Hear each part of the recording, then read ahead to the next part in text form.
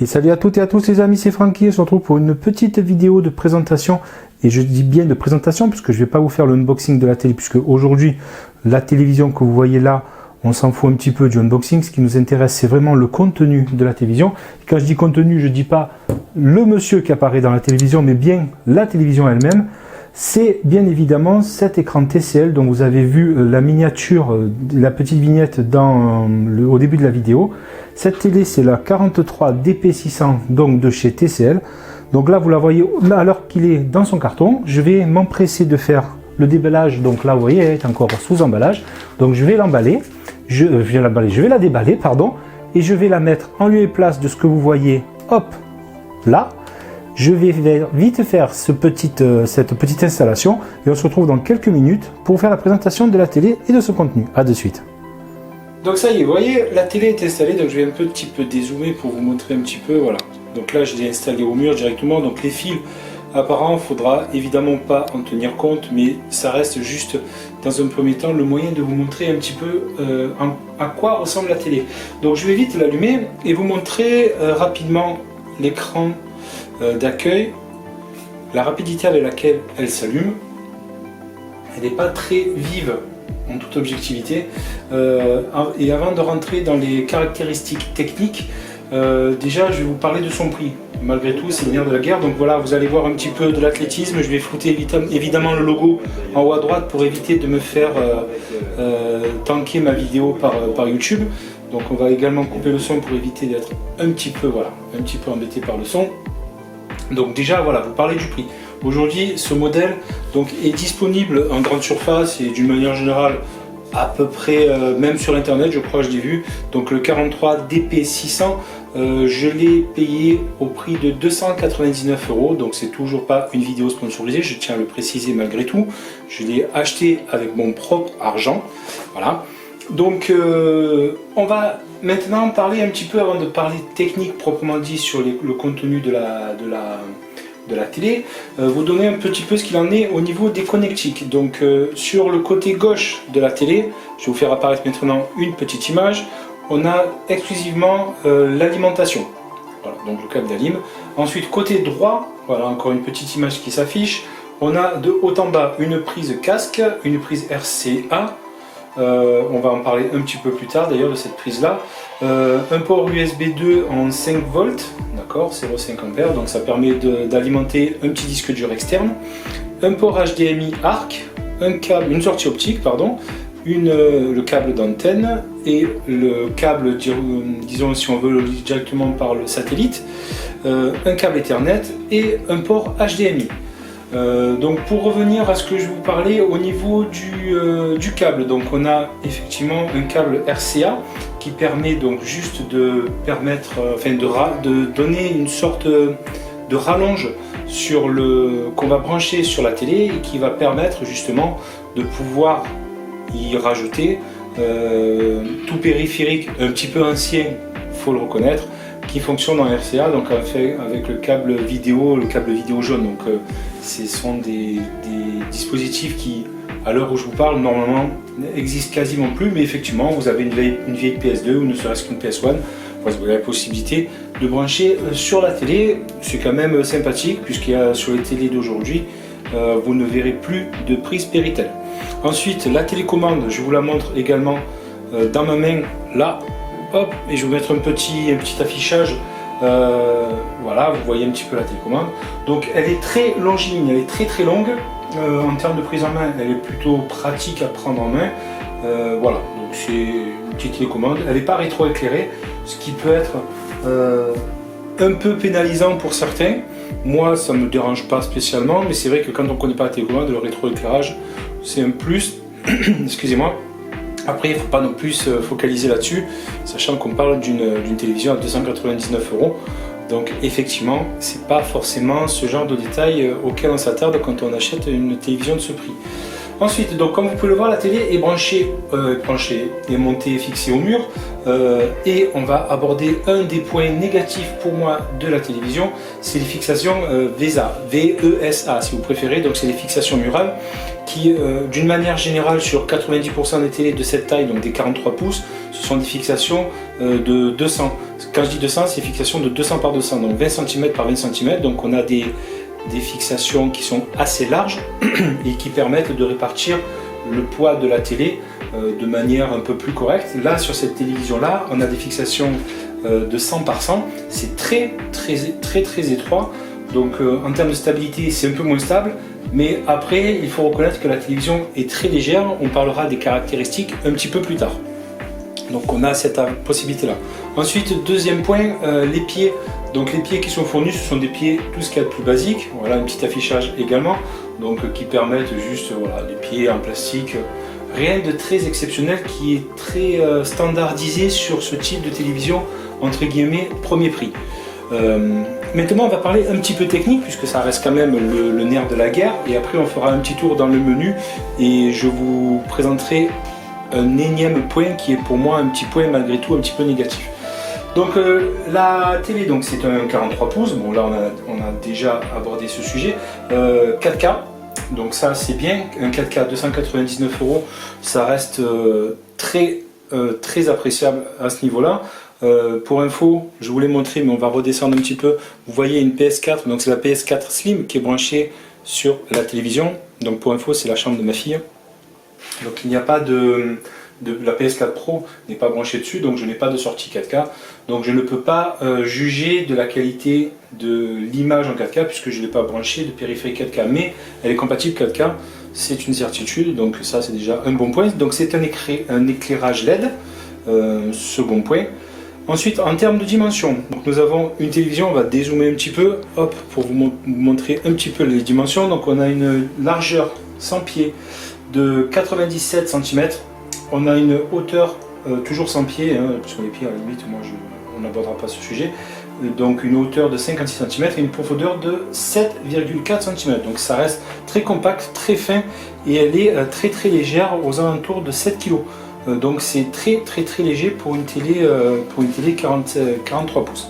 Ensuite, et là c'est un autre des points faibles que j'aborderai sur cette télé, donc c'est une télé qui n'est pas Android TV, c'est une télé qui est Smart TV 3, donc qui est le propre système d'exploitation de TCL, et je vous montrerai tout à l'heure, c'est vrai que en termes de, d'application, c'est très ledge.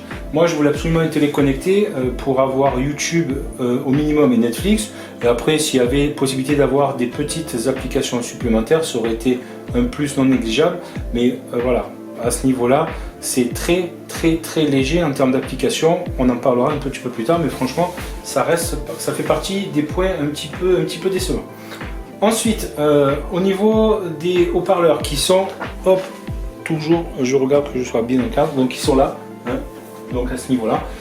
Les haut-parleurs, donc c'est 2 fois 8 watts, donc c'est suffisant pour une télévision qui va être dans une chambre. À mon niveau, je trouve que la puissance sonore est peut-être assez correcte. Hein. On va juste faire une petite démonstration. Il y en a beaucoup des changements de règlement, il y a tellement de disciplines, c'est pas toujours facile de suivre. Mais c'est vrai que ça change, les taquets à la perche, voilà, ça change parfois assez fondamentalement la discipline quand vous changez la taille. Donc à ce niveau-là, en termes de puissance sonore, c'est largement suffisant. Après, je rappelle le contexte, c'est une télé qui est dans une chambre, il n'y a pas de home cinéma, il n'y a pas quoi que ce soit, ni de barre de son. Donc c'est largement suffisant. Je recoupe le son. Ensuite, concernant les connectiques, donc mis à part le câble Ethernet qui est sur le côté, je vous l'ai montré tout à l'heure, on a donc les réseaux Wi-Fi, Bluetooth, DLNA, le Wi-Fi direct, etc. Donc en niveau Bluetooth, on est plutôt bien équipé, donc ça permet de pouvoir y brancher un casque Bluetooth par exemple, ou éventuellement un clavier Bluetooth, mais ça par contre ça reste toujours à voir. Mais a priori il y a cette possibilité là, je ne l'ai pas testé donc c'est à confirmer, mais ça fait partie des possibilités. Donc concernant les sorties, les inputs qui sont sur le côté, donc les entrées donc on en a parlé tout à l'heure. Et enfin, quelque chose qui est plutôt appréciable, mais je pense qu'il reste très commun à présent sur toutes les télés du marché, c'est le nombre de fichiers vidéo qui sont lus. Il y en a énormément, donc on a tout ce qui est format AVI, on a les DivX évidemment, on a les formats MKV encapsulés en H263, 264 et 265, donc c'est très bien. Donc pour les fichiers 4K Lite, entre guillemets, donc les nouveaux formats, à vérifier tout de même, mais il y a peut-être cette possibilité là d'avoir des fichiers 4K Lite et cette télé peut les prendre en compte. Je n'ai pas fait l'essai, mais parce que j'ai pas de fichiers de ce type, mais a priori je pense que ça les prend en compte, donc c'est quand même un point tout à fait positif. Donc là on a fait le tour des caractéristiques techniques, donc ça reste une télé, remettons la chose dans le contexte, un écran 4K à 299 € encore une fois, donc voilà, ça reste assez sympathique. Maintenant on va aborder tout ce qui est sur la télécommande, une démonstration rapide de ce qu'il y a en termes de paramètres dans les menus. Donc pour rentrer dans les menus, hop, je montre, il y a le petit engrenage, il faut rentrer à l'intérieur. Voilà. Déjà vous avez vu la réactivité, j'ai appuyé le temps que ça a mis pour s'afficher. Ça fait ça fait partie des points qui sont assez, de mon point de vue, négatifs pour moi. La réactivité de la télé quand on lance une application ou autre chose, j'ai trouvé que c'était quand même assez lent. Malgré tout, voilà, il y a quand même beaucoup de paramètres, donc les réglages d'image, etc. Je vais passer ceci parce que ça sert à rien d'épiloguer plus que ça. Enfin, tout ce qui est paramètres de réglage, on s'en fout un petit peu. Paramètres de son également, donc le réseau hertzien, jusque là tout va bien. Le réseau internet, alors moi j'ai eu un gros problème quand il a fallu connecter ma télé à ma box. Il y a la possibilité, alors je vais pas le faire parce que j'ai peur de le perdre, je vais juste rentrer dans je vais quand même essayer d'y aller. Quand vous rentrez dans les paramètres de connexion réseau, vous voyez déjà le temps que ça met, c'est assez long. Voilà, quand vous cliquez sur auto, voilà, vous voyez tout en bas, il y a la possibilité d'appuyer sur le bouton WPS de votre box et d'avoir une synchronisation automatique de la box. Et bien ça n'a jamais marché. J'ai fait au moins une dizaine de tentatives, ça n'a jamais fonctionné. Je n'ai jamais réussi à faire un appairage automatique du Wi-Fi de ma box à la télé avec le bouton WPS. Il a fallu que je rentre mon code Wi-Fi à 25 ou 26 caractères, ce qui est, faut le reconnaître, assez pénible. WPS aujourd'hui est une fonction qui reste disponible sur tous les modèles de télé, tous les téléphones, etc. Et là, ça n'a pas fonctionné. Alors, est-ce que s'il y a un problème avec mon Wi-Fi, etc. Mais j'étais un petit peu embêté avec ça, donc le fait de le rentrer manuellement, c'est un petit peu embêtant. Par contre, le gros avantage, j'ai pu tester un clavier filaire, hein, un clavier filaire sur le port USB, et ça fonctionne très bien. Attention, le clavier filaire que j'ai est un clavier en AZERTY. Quand j'ai tapé sur le clavier pour rentrer mon code, c'était un clavier en QWERTY qui était reconnu. Donc attention, malgré tout le clavier filaire fonctionne sans aucun souci, c'est déjà un point positif. Ensuite je retourne dans les paramètres, encore une fois c'est assez long. Paramètres système, nous avons donc tout ce qui concerne le menu, le nom de la télé, etc. Les paramètres de Netflix, tout ce qui va avec, le mode sport quand on regarde un mode sport pour voir un petit peu, pour avoir un affichage un peu particulier. On a le T-Link qui est quelque chose de très bien, qui est tous les périphériques qui sont branchés sur le HDMI ARC, donc le HDMI 2 de la télé, sont reconnus automatiquement, c'est-à-dire que quand on allume le périphérique, d'ailleurs je pense que je vais voir si je peux pas vous faire la démo. Attendez, on va le faire de suite. Je prends la manette de la PS4 de ma fille, qui ne m'en voudra pas si j'allume. J'allume la PS4, vous l'entendez s'allumer. Elle démarre avec un petit peu de bruit. Vous allez voir qu'elle va me faire mentir en plus. Et elle me fait mentir. Non, voilà, non, elle ne me fait pas mentir. Vous avez vu, donc elle a basculé automatiquement sur la PS4 sans avoir besoin de basculer sur le port HDMI. Donc c'est l'avantage des ports HDMI ARC qui est reconnu sur cette télé. Donc ça reste également un bon point. Je repose la manette là et on va ressortir de là. Hop, je reviens dans le mode menu. Voilà, vous avez vu toujours cette latence qu'il y a lorsqu'on affiche. Ça reste malgré tout, c'est pas non plus le truc le plus pénalisant qui soit, mais je trouve que c'est quand même moyen. Je m'attendais à quelque chose de plus réactif. Donc on passe dans les menus. Il y a aussi une certaine inertie sur la télécommande, c'est-à-dire que lorsqu'on descend ou on manipule, il y a une sorte de mise en mémoire des boutons. Je vous appuie 2 ou 3 fois, ça se met pas de suite, mais après ça défile d'un coup et c'est assez embêtant pour la navigation dans les menus. Donc bon voilà. Ensuite en assistance, qu'est-ce qu'on a dans les menus? Donc rien d'exceptionnel, donc la mise à jour du logiciel, etc. Alors peut-être qu'effectivement comme la télé est neuve, il y a une mise à jour qui va arriver bientôt, possible, et cette mise à jour réglera une partie de ces petits bugs. Malgré tout, voilà, ça fait partie des tout petits points décevants de cette télé. Ensuite, je ressors, hop, on fait exit, hop, ah oui, c'est mieux de viser, vous voyez, déjà en plus, il faut bien viser la télé. Donc on va revenir, zut, vous voyez, hop là, c'est pas... J'ai enlevé la manette qui doit peut-être un petit peu gêner également. Ensuite, qu'est-ce qu'on a de plus? On a vu tout ce qui était paramètres. Maintenant, on va rentrer dans le menu des applications en tant que telles. Donc là, ça se passe avec le petit, hop, je ne sais pas si on voit bien dans le cadre, la petite maison. Donc on clique dessus. Excusez-moi. Donc, vous avez tout un tas de choses. Alors, en toute objectivité, toujours pareil, je n'ai pas fait toutes les manipulations pour voir comment tout fonctionnait. Sachez qu'il y a les applications principales, évidemment Netflix, Rakuten TV pour ceux qui l'ont, moi je n'ai jamais testé donc je ne sais pas du tout à quoi ça ressemble. Par exemple, je suis abonné à Amazon Prime, l'application Amazon Prime, je ne sais pas si elle y est, on va regarder dans l'application, ça va vous permettre de voir le nombre d'applications qu'il y a sur cette télé. Par défaut, il y a... Hop, elle est bloquée. Non, ah oui, vous voyez, c'est pas très intuitif la manipulation, donc il faut faire OK. Donc là, c'est les applications qui sont par défaut. Voilà. Après, vous avez la possibilité de, voilà, de rentrer dans le store. C'est assez long, hein, c'est pas très rapide. Alors quand je dis qu'il n'y a pas énormément d'applications, je m'entends, hein. Il y a beaucoup d'applications, mais ce que je veux dire, c'est que quand on a eu l'habitude d'avoir une box, Android TV, c'est vrai que c'est un petit peu plus lent, voilà, en termes d'application. Ensuite, vidéo, je cherche, je l'ai pas trouvé, honnêtement je l'ai pas trouvé, hein. Je l'ai cherché rapidement, Amazon Prime, mais je ne l'ai pas trouvé. Electronic Arts, bon, on s'en fout un petit peu. Voilà, je l'ai pas trouvé, alors peut-être que j'ai mal cherché, peut-être qu'il faudrait que je fasse une recherche simplifiée et j'arriverai à trouver Amazon Prime.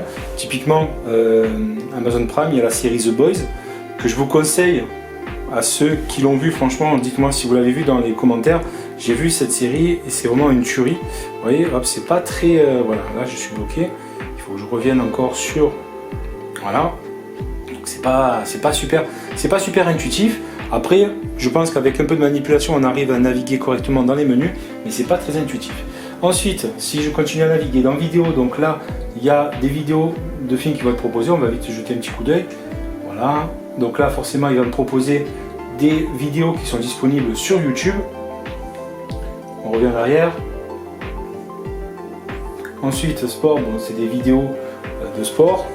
Donc pareil, des vidéos YouTube ou autres qui sont reconnues. Donc jusque là, tout va bien.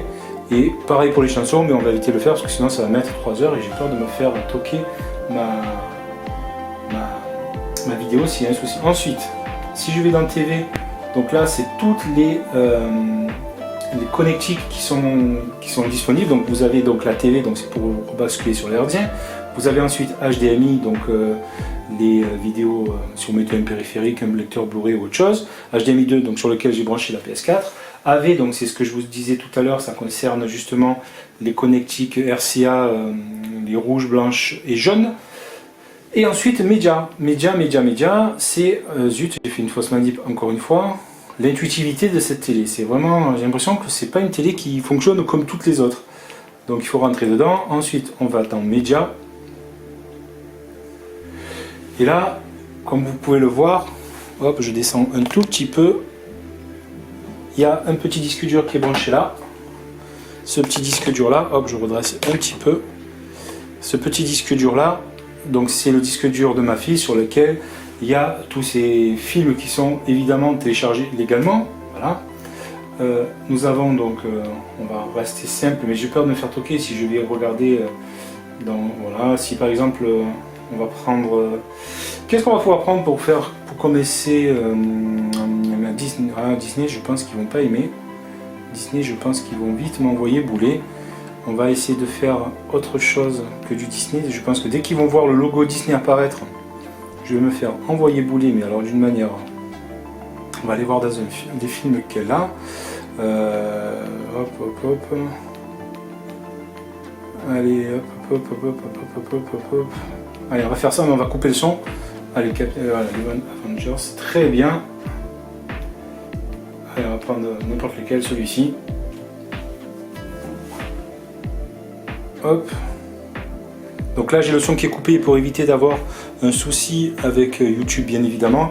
Mais vous voyez, donc c'est un format MKV qui est reconnu sans aucun problème. À titre informatif, j'ai fait l'essai et toutes les vidéos que j'avais disponibles sur ce disque dur ont été reconnues. Tout a été reconnu, aucun plantage, aucun bug, ni quoi que ce soit. Donc c'est déjà un bon point à ce niveau-là. Ensuite, on va terminer, on va revenir sur application. On va aller naviguer dans l'application. Voilà. On va aller voir un petit peu YouTube, ce que ça peut donner. Et là, par contre, je vais pouvoir remettre le son, car toutes les vidéos sur YouTube, je vais essayer d'aller montrer la mienne. Donc déjà, les temps de chargement sont assez longs, je trouve. Un peu plus longs que sur les autres télés que j'ai pu tester jusqu'à présent.